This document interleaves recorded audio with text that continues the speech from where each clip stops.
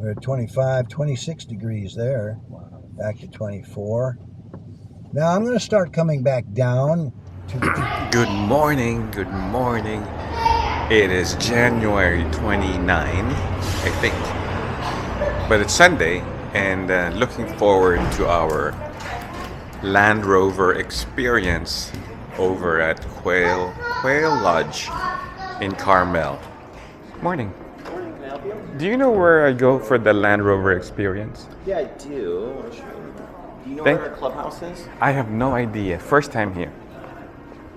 So we're currently here at the lodge, which is right here at the Star. Okay. So if you go down to our clubhouse. Okay. This is the start of the Land Rover experience. Woohoo! There it is. Land Rover experience. Where do we park? Good morning. We are now here at the Quail Lodge, the Land Rover experience.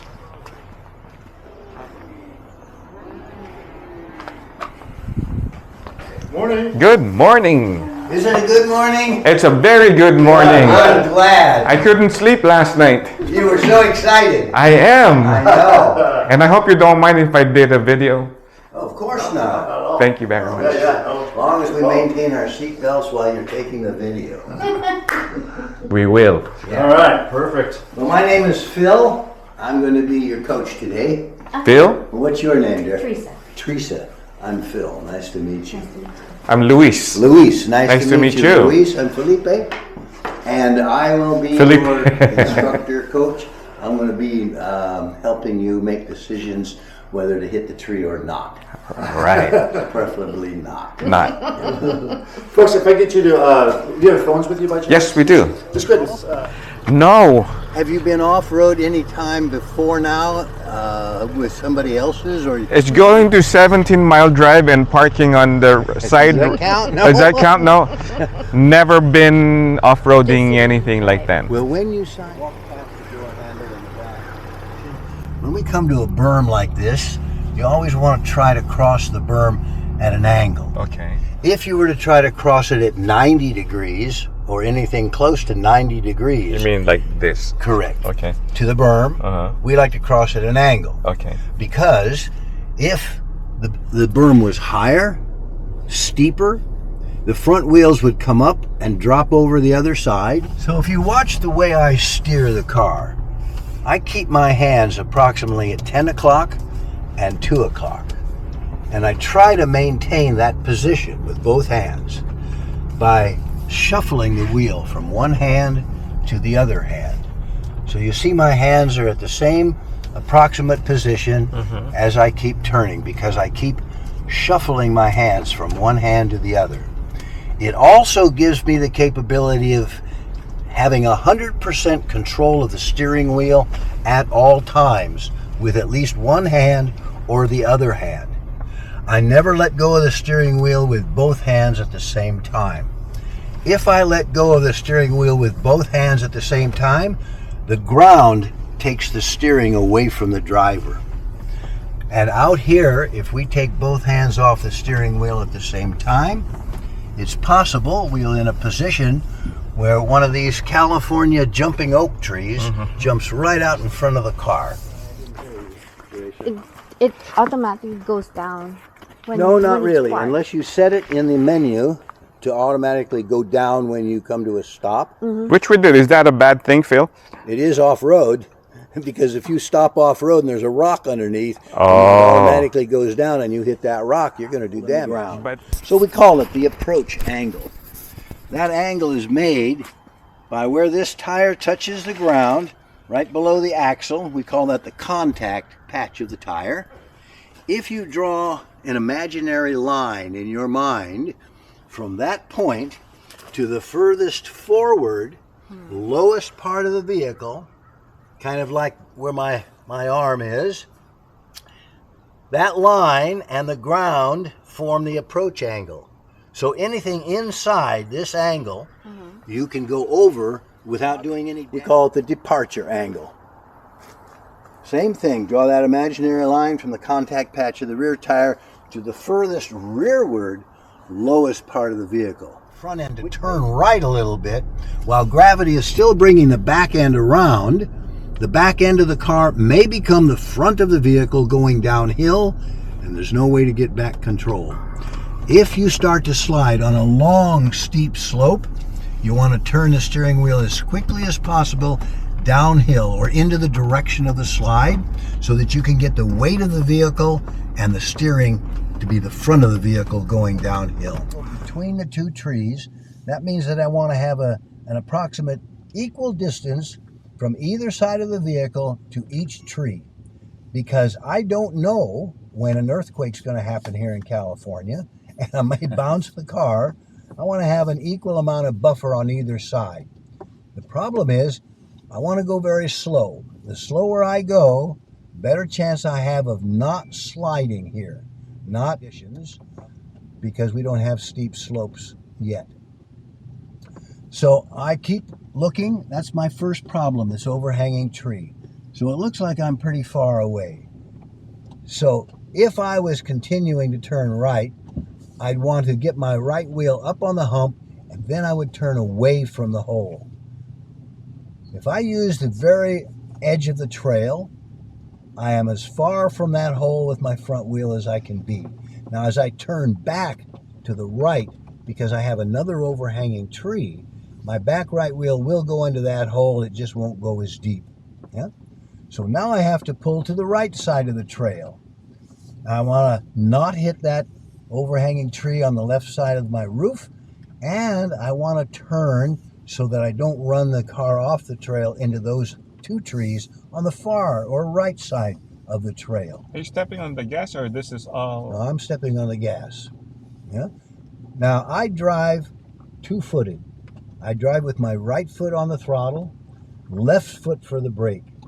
That way, when I'm moving uphill, I can use my right foot on the throttle continuously, always beating gravity, always trying to maintain my forward momentum by using my right foot. But if I decide I want to make a change, I use my left foot to slow down. But if I use my left foot to slow down, all I have to do is relieve the brake and I continue to move forward because I'm still having my right foot on the throttle. Now I see a right turn coming up.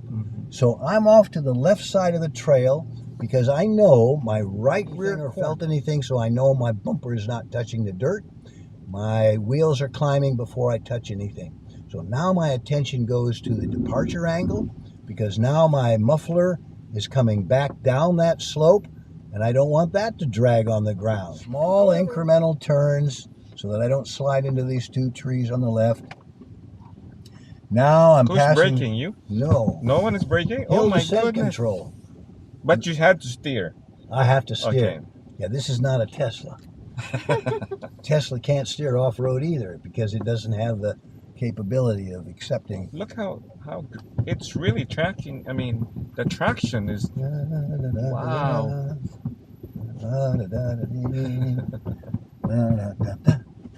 Because wheels will be off the ground when they're over depressions. As they come back to the ground, I do not want to hit so hard that I compress the suspension and do damage to the underside of the car. Now the car is going to start to lean in the direction of the depression. Yeah, when the wheel starts to go down into that hole, the car is going to lean, and visually you're going to think that the car is turning to the left because it's now with the lower front corner turning. It feels like the car is turning to the left, but my steering wheel is straight. You don't let the ground fake you out. Now that I couldn't help.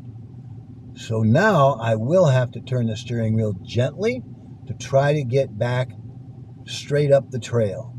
If I continued with my wheel straight, I'd go off the trail and maybe hit that tree, or at least get into a condition where my wheels would be in really soft mush. So now I move the car very slowly and I make small incremental turns with the steering wheel. As long as I can maintain traction, I can turn the steering wheel and the car will follow my orders. If I turn too fast, Sometimes I'll slide and go a different direction than I want to go. Is going to probably hit the bank and do some damage. So I'm going to let this go down nice and slow. As I start to put that front right wheel down in the hole, the weight of the vehicle is going to start pushing toward the front of the car, the front right side of the car. So as that wheel goes down, the back left wheel is going to start getting light. It's going to start coming off the ground. So right about here, both front right wheel and rear left wheels are off the ground. And a passenger can look at this and see that the green cylinder is all the way down. That means that the independent suspension is hanging down and there's no weight on that wheel. And if you look at the left rear wheel, same thing. So all the weight is now on the left front. Yeah.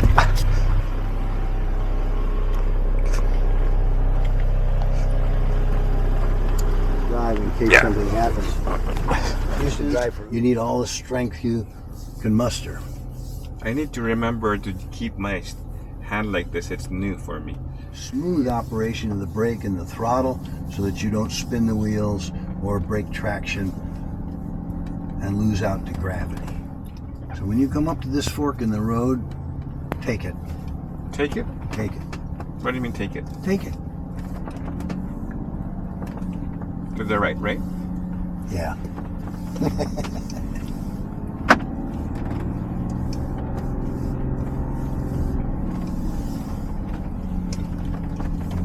Very good. Gave it a little more throttle because you were starting to slow down because gravity was holding you back. Very nice.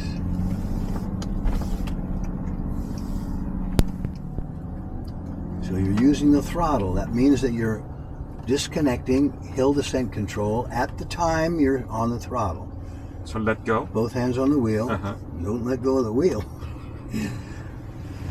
Am I still on?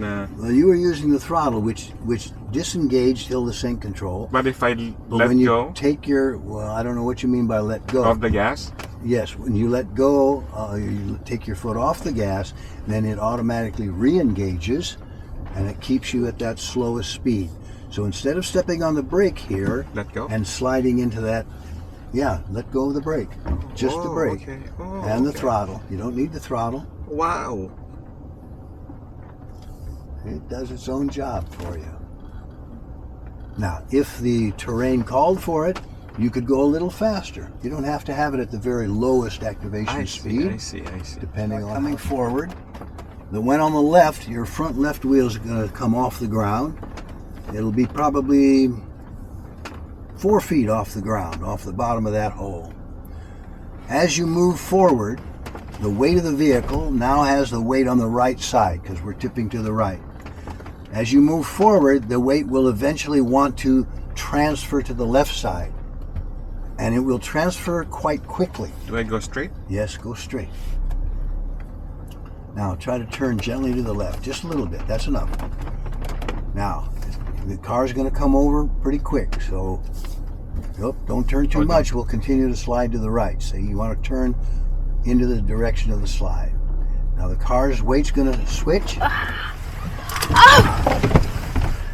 So the slower you go, the less momentum will build up. So I should have stepped on the brake there? You should have gone a little bit slower, but I didn't have enough time to tell you that. So it's going to happen here. Go slow here. Use your left foot. You take your right foot off the throttle, you lose control of the throttle. Very good. Now it's going to happen again on the right side up there. So you're looking ahead. You see the problem. You see the big hole. You know what's going to happen now. Keep the steering wheel straight to the trail. Don't let the ground fake you out. The ground is pushing on those wheels. You feel the feedback. You think you have to change something. But if you've lined up with the trail and you're driving straight down the trail, all you need to do is keep the steering wheel straight. That makes sense now. Yep. I see, yeah. Keep the steering wheel straight. I see a rock over there on the right side. We don't want to turn into that rock or we'll cut a sidewall. So keep going straight until I tell you that we're past that rock. Okay, we're okay with that rock. Now you want to turn to the right just a little bit because this is too steep on the left side. So we're going to pull to the right away from that. Put your left wheel down in the water now. This is good, Phil? Yeah, very good. Good speed. Good shuffling of the wheel. You make me proud.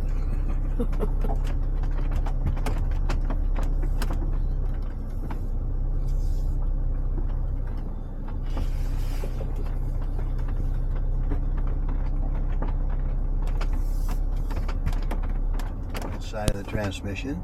Smooth operation of the brake and smooth operation of the throttle. You haven't jerked the brake, you haven't jerked the throttle. So you think of those 4 basic techniques. We're going to continue a right turn here. You can always get your vehicle and your guests and pets and family home safe. Brake system to slow down whatever wheel is necessary to keep the car safe. How was your experience today? 10. 10. Okay. Thank you, Phil. It was a great couple of hours. I wish I think I'll be back to see Phil You again. did a good job. I'm proud of you. Thank you very much. You did a good job being a backseat driver. I know. Well, even though I only drove for maybe 10 minutes, the experience was very well worth it. I have a new respect for people who go four-wheeling. It's not easy. It's very hard. And the question is now, will I take our Defender four-wheel driving? I don't know. Maybe just in the rain. Thanks for watching our video. Thank you to my honey bunny for giving me my guilty pleasures. Bye bye.